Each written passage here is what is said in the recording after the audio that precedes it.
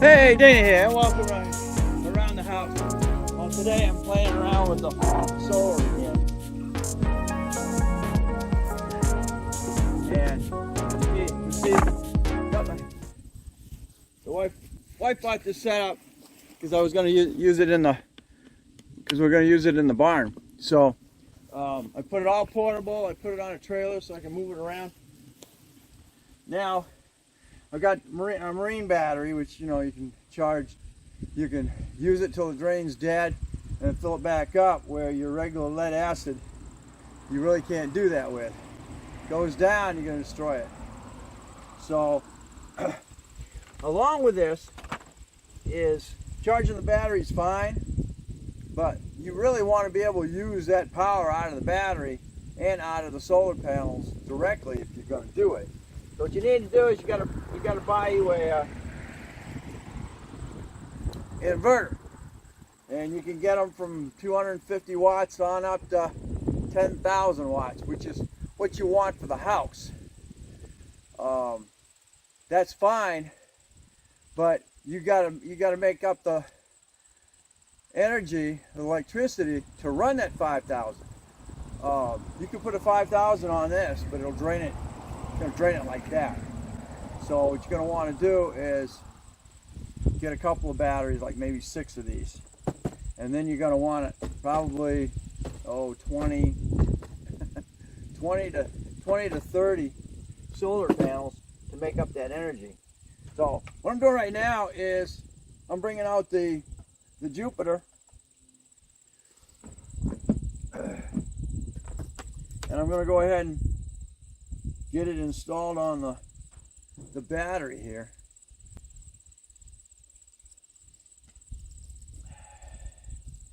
And that's when you're going to want to use it.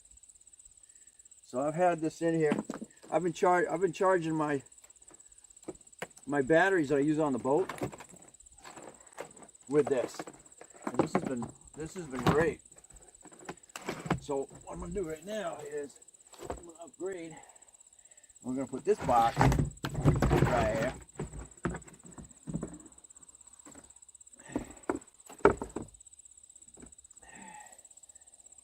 Put the battery in there because it's nice and dry. And then we'll go ahead and put the inverter in here along with it.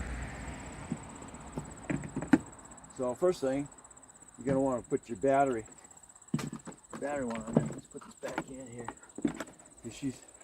She's out there producing 14 volts right now. I'm not going anywhere.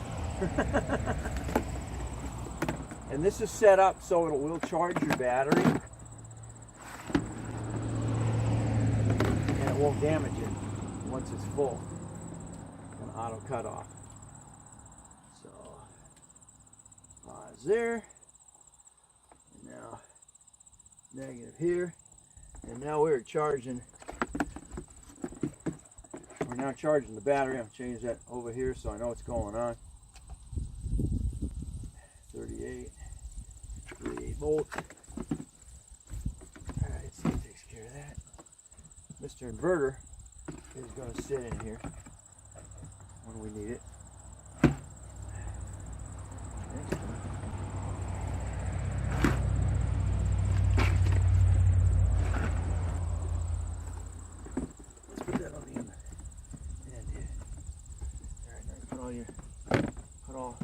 Put everything in here like I need it.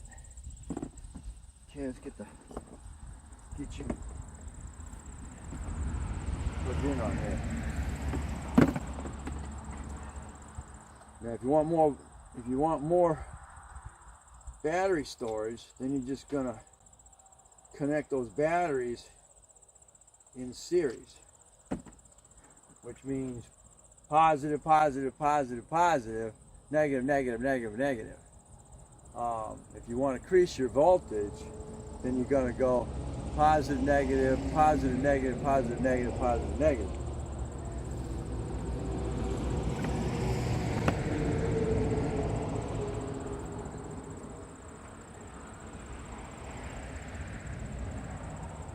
Okay, as simple as that.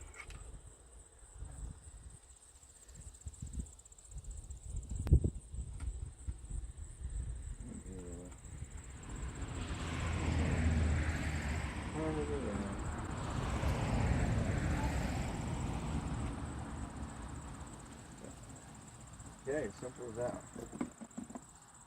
And now this has two plugs, and even breaks it down into 2 USB cables. Make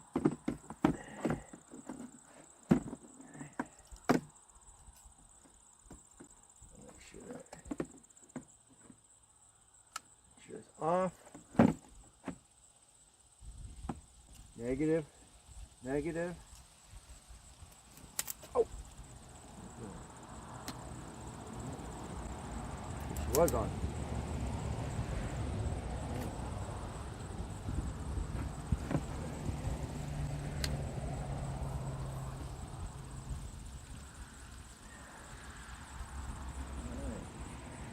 Now we've got 13 volts. And it turns it off. 13 volts on, and we got 13.8, and it's telling me 13.2. It's as simple as that. Now when you hook it up to your house, it's got to go in through your home or through your meter system. You got to get in touch with RG&E or whoever your electric company is. And then you can, as you can see, 13.3 coming in, going out as well. So if I kick, I don't have the batteries on. I don't have the, there's the lights. I don't get the lights cooked on, but anyway, you turn the lights out. Okay, turn lights. Okay. It's going out to your electric, it's going out to these connectors here right now. You want to do that and then kick that out, and then now it's just going straight, electricity going straight into your battery. 14.4 coming into your batteries, and then you have 13.8 in the battery. You're charging, and what you have on your battery, you want about 13. In this case, it says 13 too at your battery. Okay, that's how much energy you have in your battery. And this Jupiter, it gives you a dial as to how much energy, when you start using it, it's going to use. So, and then just turn it off, just flip the switch down, and then she shuts down. You've got power going into here all the time. And when it gets hot, it does have a fan. Do that like that. That's how that is. Warning! Read this manual before you use it. So you don't short circuit everything when you go to plug it in. This has also got a jumper that you can run it through your cigarette lighter into your Jupiter, which means it's coming off your automobile. Your vehicle's running, your alternator's running it, or if you're just sitting, you can use it off your battery, but be very careful. It will drain your battery in a heartbeat. But that's exactly what this is. Let's get everything hooked up, and just a quick overview. This is a 750 watts. When something starts up, the motor may take twice as much amperage to start. So this gives you a 1500 watt peak to start it. Got 2 outlets. It gives you example of your total wattage and what the unit will take. It doesn't get start up, but these are the 3 lower priced inverters, and this is your specs on it. Got low and high voltage, short circuit, high and low temperature, an overload alarm. It has a cooling fan. Specs works off 12 volt DC, output 115, peak output 1500 watts, continuous power 750 watts, grounded 2 receptacles and 2 USB ports. So the USB ports put out 2.1 amps. So for any normal family or shop or whatever, 750 will pretty much take care of everything you're going to use non-industrial. So I've got this Arobi grinder, sander system. So let's see how it works on it. We'll go ahead and turn her on, and that just showed 100% on that. Zip in there. See your wheel? It shows you now have 100% if you're going to go ahead when you go to use it. When I turn this thing on, we'll see what that meter shows. Here we go.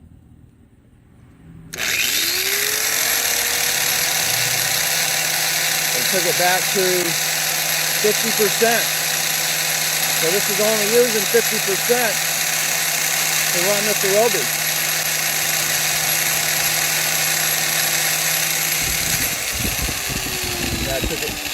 That's gonna take it back, and we're back up to 100% again. And see on the side here, it gives you all your alarms.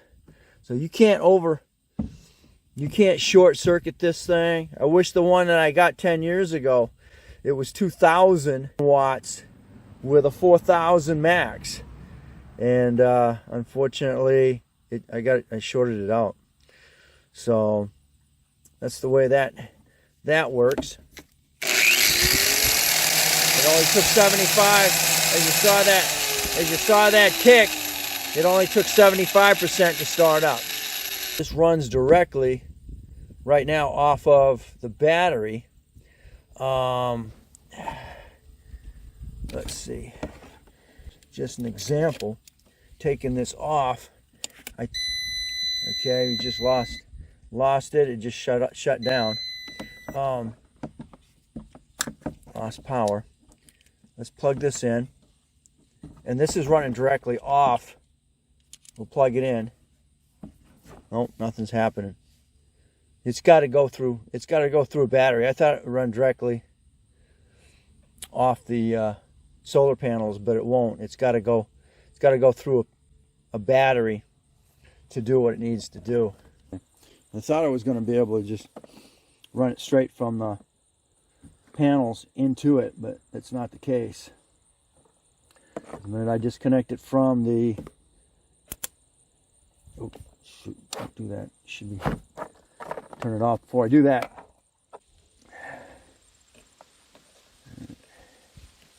This will hook back up to this. And then like that. Alright, good here, good here. We're back hooked up. We plug that back in. And we now have good generation here. Both of them are generating. I want that off. I just want that straight 14 running through that, and then as we can see, we have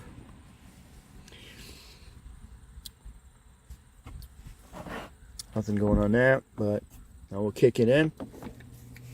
Kick the grinder in.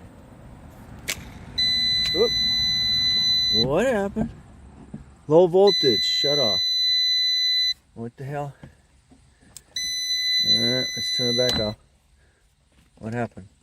I don't have any voltage. Okay. Let's see. Okay, we have 32.2 volts. I don't know exactly what happened. Maybe it wasn't grounded enough. Alright, let's try it again. See what she does. So I didn't have enough connection on the battery. 12.4 volts.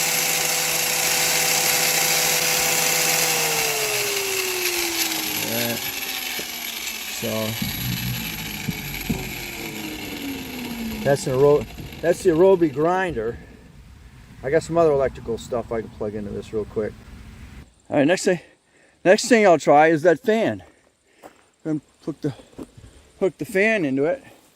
See what the fan's gonna use, and I can crank that all different speeds on here.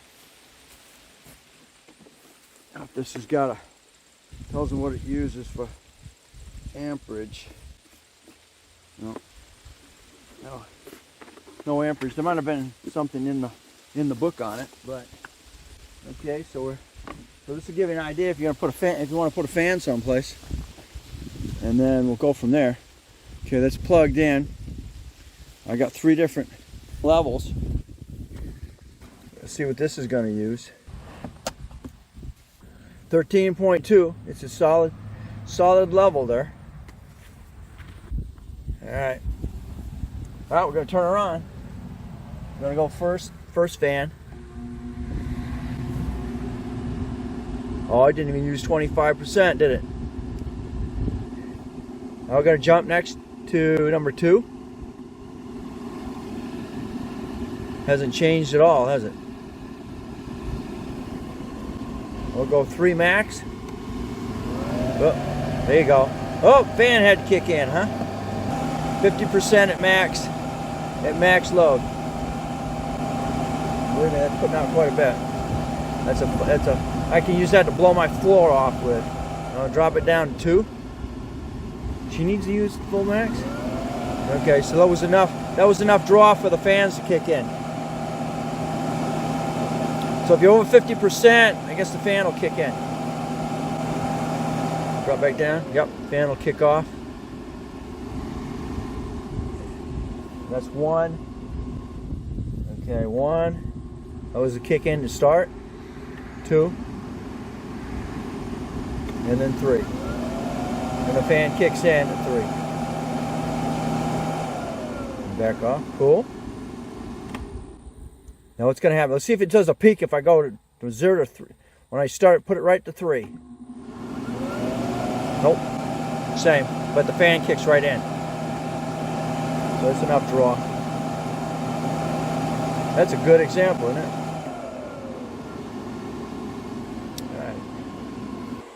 Alright. That was a good example there. And as you see, when I kicked it from off to all the way to 3 when I started it up, it didn't phase it. It went 50%, and then that fan kicked in. So I think eventually, I was at Harbor Freight, and there was one that had 5,000 to 10,000, and they wanted like $230 for it. It came without a box, but that would do everything in your garage that you could possibly need to do. I probably would run my lift, so I may eventually here go.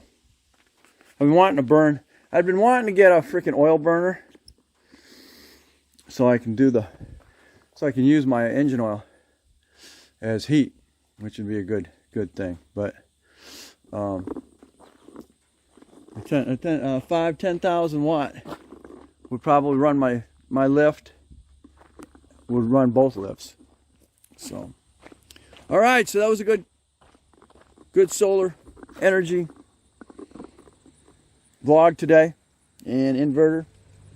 So I think I'll make a playlist, add to my playlist Project Solar, because I am eventually going to become solar energized here and get off the grid. Electric company pay me for my excess energy.